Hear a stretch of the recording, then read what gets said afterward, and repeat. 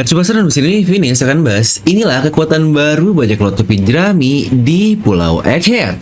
Nah, mari tanpa basa-basi lagi kita langsung saja wadaw.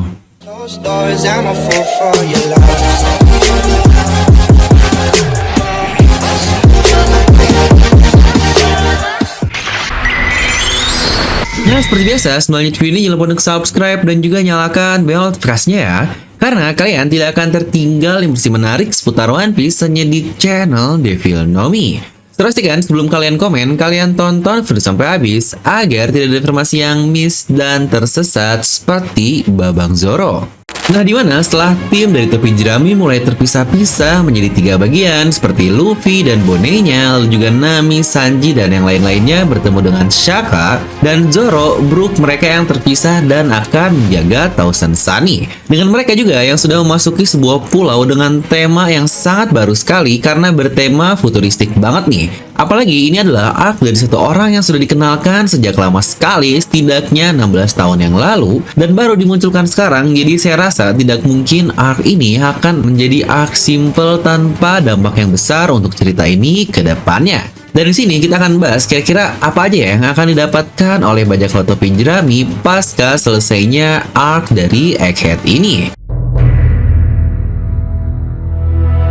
Pertama, ternyata pembahasan sains seperti ini banyak sekali pihak yang kurang suka karena terkesan ngapain sih pakai tambahan-tambahan kemampuan ilmuwan sains seperti ini, udah aja fokus ke haki dan kemampuan dalam diri, anjay. Ya sebenarnya untuk mindset manga shonen klasik biasa yang cuma fokus tarung, hal ini memang bisa dimasukkan. Contohnya seperti di Dragon Ball kan tidak ada hal-hal semacam ini karena fokusnya hanya di kemampuan dari tiap karakternya saja. Tapi kalau dilihat dari One Piece, di mana semua kemampuan tidak hanya terfokus ke satu bagian saja, alias dunia One Piece ini benar-benar bergerak sangat paralel, tidak ada satu hal yang paling kuat dibandingkan yang lainnya. Mau Kaido bilang cuma haki yang bisa menaklukkan dunia ini pun, toh pada akhirnya dia tetap kalah dari Luffy dengan kemampuan buah iblisnya. Karena ingat, kalau masalah haki, saya yakin Kaido masih lebih kuat dari Luffy. Itu pun setelah berkali-kali kita melihat bagaimana Luffy kalah adu haki ketika bertarung dengan Kaido, apalagi ketika di mode hybrid pembunuhnya dari Kaido ini.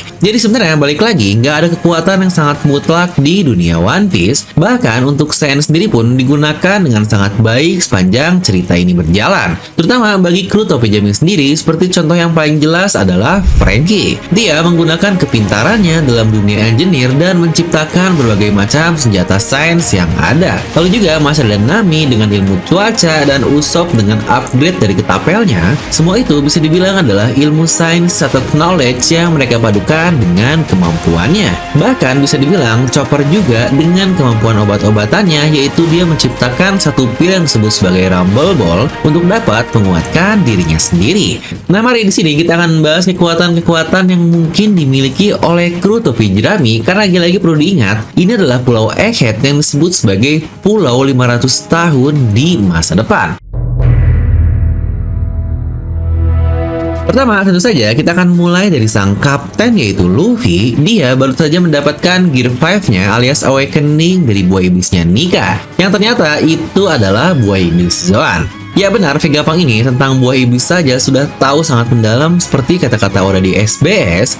Apalagi tidak usah jauh-jauh lah kita ngomongin Vegapunk, Chopper saja dia bisa mengubah gelombang perubahan buah iblis Zoannya hanya dengan Rumble Ball atau obat-obatan yang dia buat sendiri. Nah, dari sini saya cukup yakin Luffy setidaknya akan mendapatkan power up, entah penjelasan tentang Awakening-nya atau tentang Zoan dan yang lain-lainnya. Karena untuk Vegapunk sendiri sudah banyak bukti sekali dia sangat ahli di buah iblis, terutama di bidang Zoan. Contohlah buah iblis Momonosuke yang mythical Zoan, lalu juga ada Awakening di Impel Down, sepertinya itu juga adalah ulah percobaan dari Vegapunk untuk memaksa Awakening dari suatu buah iblis. Nah, sebenarnya bahasan lengkap untuk Luffy ini sudah pernah saya bahas di video terpisah yang spesial ya, jika kalian penasaran. Next adalah tangan kanan alias Babang Zorojuro. Ya, ini sebenarnya bagian yang sangat menarik sekali karena sudah jelas bagi fanboy Babang Zoro paling benci kan kalau Zoro dikasih power up seperti itu.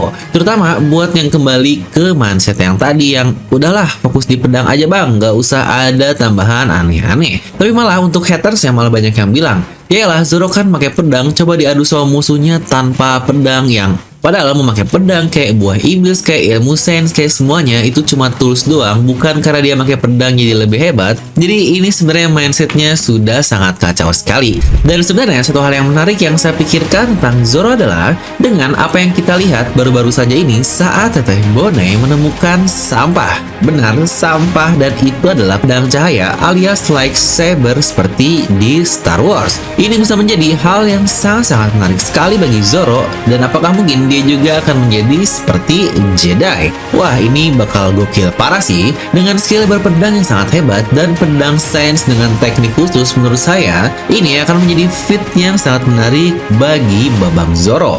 Ya, walau saya sendiri tetap membiarkan Zoro dengan pedang-pedang utamanya, tapi pedang cahaya tambahan ini hanya untuk fitnya di Pulau Egghead ini saja. Dan lanjut adalah rivalnya, yaitu Babang Sanjay. Untuk Sanji ini menurut saya akan sangat-sangat menarik sekali, mengingat ayah Sanji alias Vince Smoke Judge punya hubungan yang sangat kuat dengan Vegapunk di masa lalu. Mereka sama-sama meneliti tentang Line Egg Factor yang membuahkan mahakarya-mahakarya dari Vegapunk. Contohnya seperti Pacifista, Cloning, Seraphim, dan yang lain-lain. Nah, dia juga pasti tahu tentang pasukan Vince Smoke dan juga ada Germanya, terutama ketika melihat Sanji yang sepertinya punya ras Lunarian di dalam tubuhnya. Yang sebenarnya lagi-lagi pembahasan tentang Sanji yang Lunarian sudah pernah saya bahas mega teorinya secara terpisah. Terutama dia bisa membuat Diablo Jambe api yang sangat spesial. Di sini pastinya Vegapunk akan lebih mengeksplor kemampuannya, apalagi juga di Onigashima lalu, Sanji ini baru saja awakening yang sepertinya tertrigger oleh Red Suit buatannya, yang bahwa kemampuan exoskeletonnya pun akhirnya bangkit dan buatnya seperti mutan. Di lain pihak, Vegapunk dengan Seraphim yang notabene diambil dari ras Lunarian yang sama juga, yang kemungkinan besar kita akan memberikan insight atau bahkan kemampuan tambahan lagi kepada Babang Sanjay. Dan jika kalian sadar juga, Vegapunk Lilith ini menurut saya sangat mirip dengan ibu Sanji alias Sora.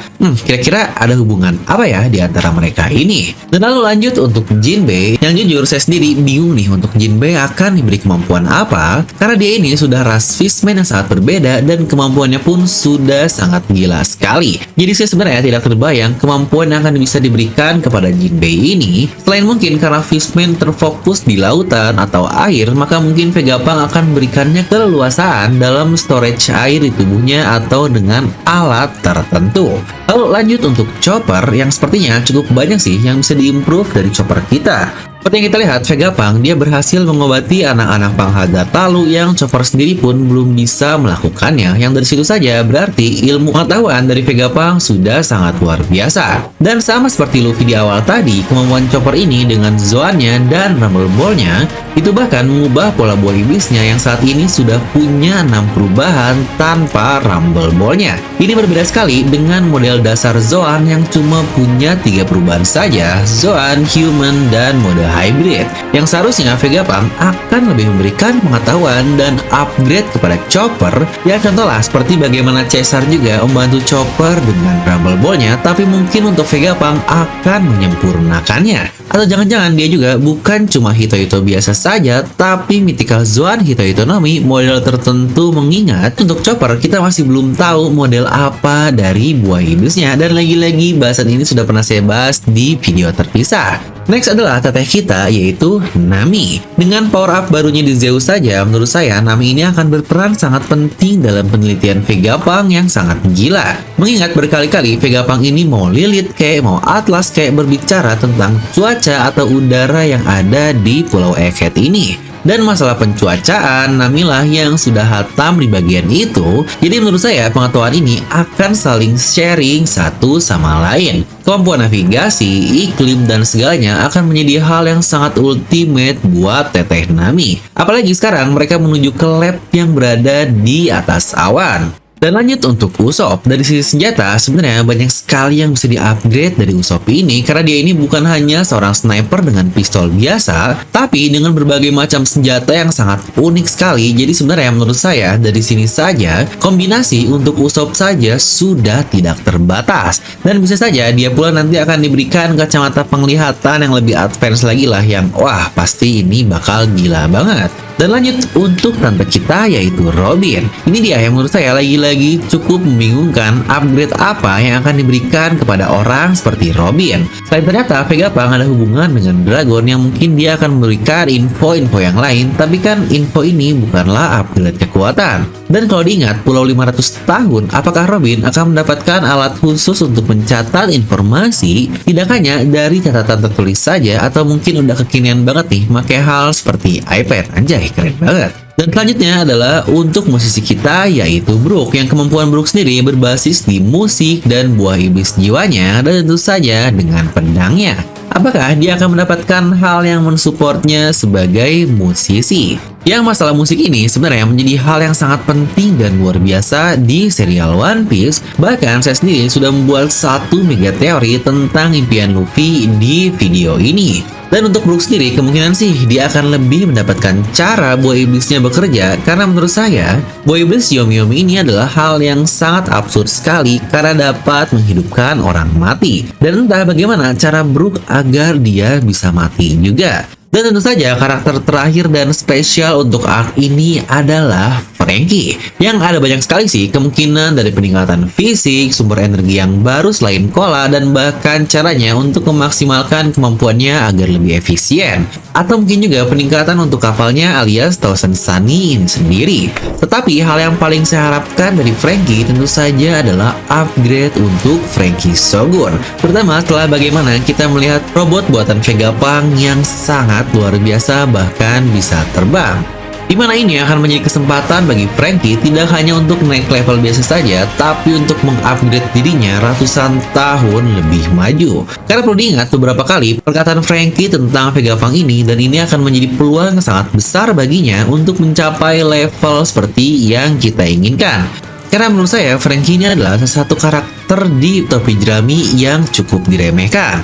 Dan mungkin jika kalian bilang tidak, karena itu adalah Brook, yang menurut saya Brook bahkan diberikan MVP di Whole Cake Island lalu, tapi untuk Franky dia bahkan belum memberikan peran yang sangat signifikan. Dimana jika Oda tidak akan fokuskan kemampuan Franky di hakinya, setidaknya dengan mengubah serangan-serangannya dengan batu laut, itu akan menjadi peningkatan yang sangat luar biasa. Karena ingat, seseorang seperti Smoker saja dia membutuhkan tambahan batu laut di senjatanya. Jadi jika Franky bisa melapisi ke tubuhnya, ini akan menjadi power up yang sangat gila sekali.